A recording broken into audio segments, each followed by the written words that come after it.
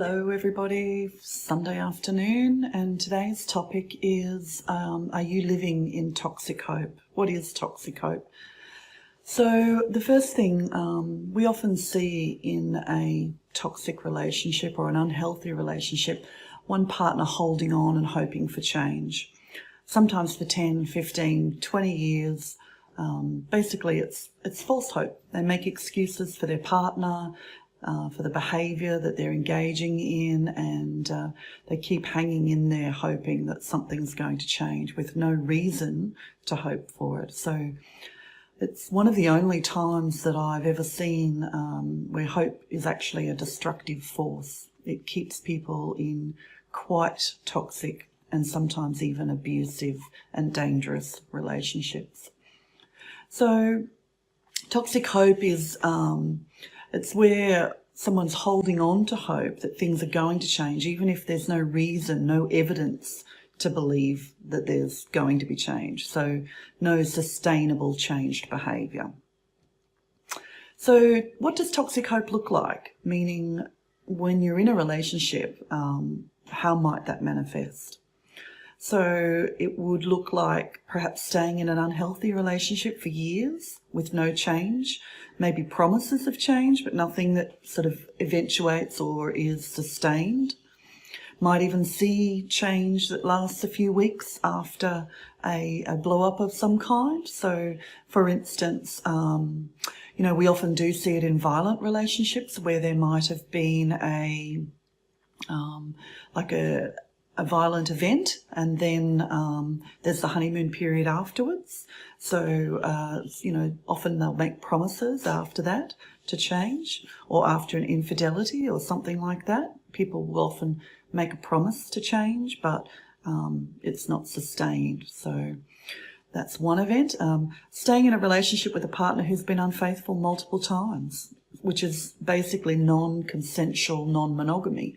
So in other words, you haven't agreed to non-monogamy, but this person has been unfaithful multiple times. So it's another time where we often see toxic hope. Maybe staying in a relationship where one person frequently promises to change their behaviour, but the changes either never happen, or if they do happen, they don't last. So this is the kind of situation I was talking about a moment ago. You might see change that lasts a few weeks or even sometimes months, but it's not sustained in the long term. That could be even just in a de-escalation or for instance, they might suddenly make more effort in the relationship, but it doesn't stick.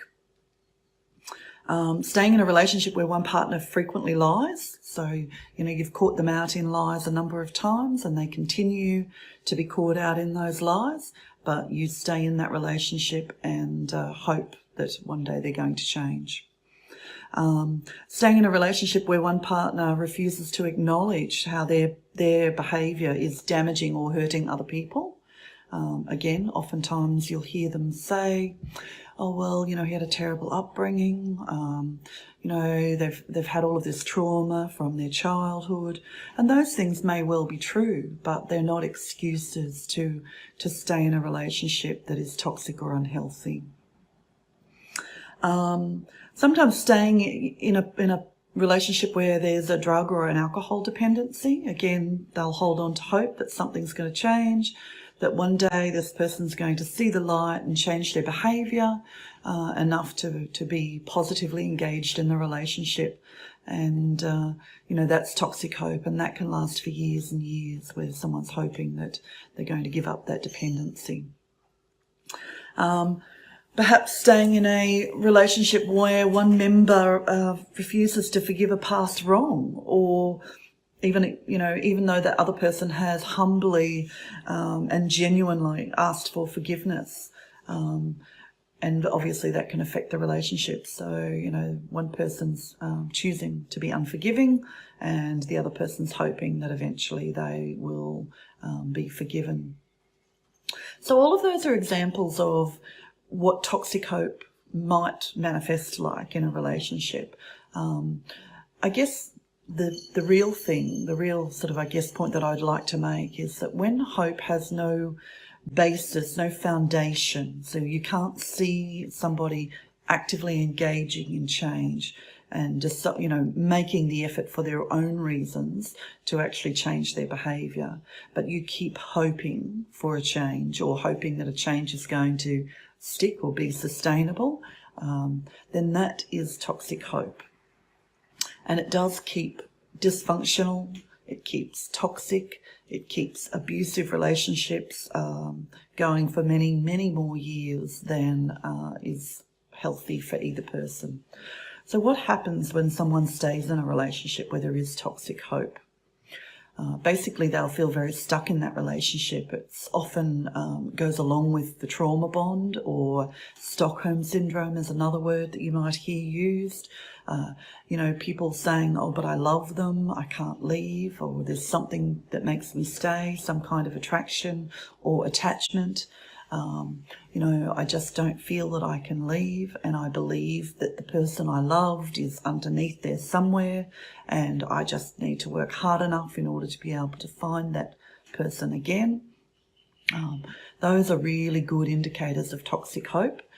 A codependent relationship where you've got a partner who's dependent on or enabling some of those behaviours, because again, often they'll say, look, I believe the person I love is under there somewhere, the person who showed themselves in the first year or two of our relationship, and I'm going to hang out for that person. I believe that they can come back to me. So you can see how destructive a force that kind of hope can be, because there's no reason to hope.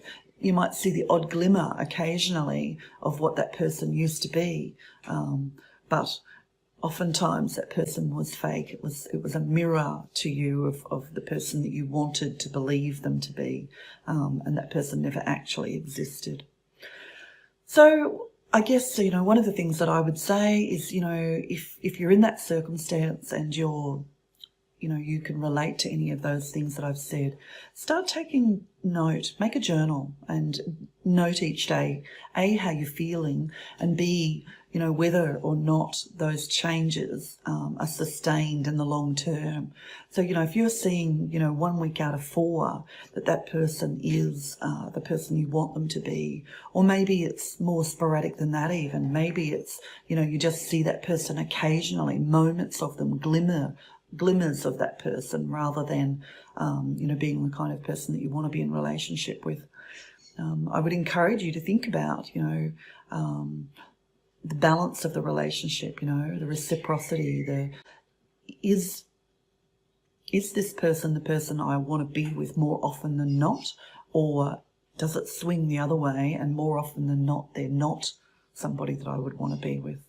On the balance of things, if your relationship is even sometimes 10%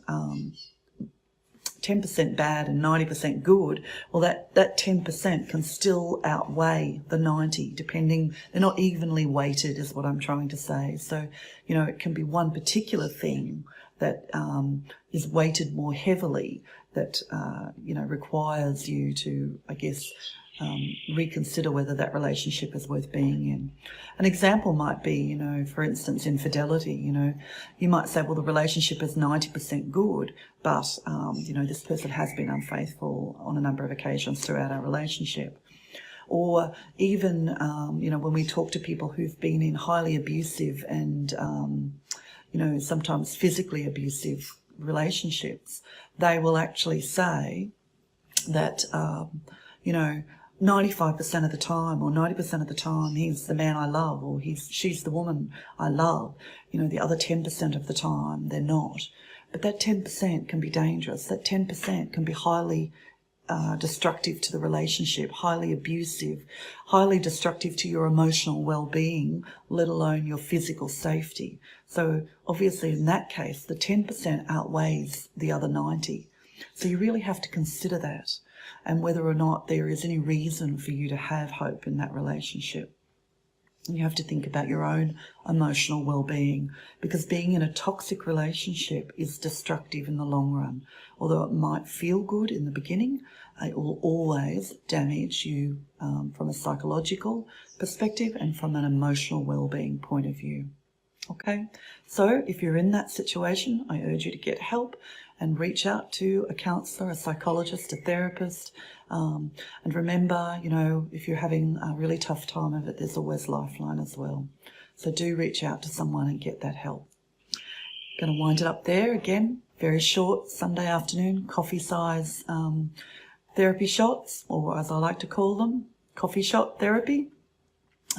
Remember, you can check this out on Instagram. You can check this out on LinkedIn if you prefer to read the article. You can listen to a podcast, and all of these videos are always up on YouTube so that you can actually keep them and or pass them on to a friend if you want to do that too. Thanks very much. Have a great week. If you've got any suggestions for future lives, then please do pop them in the comments section below. Have a great week. Bye.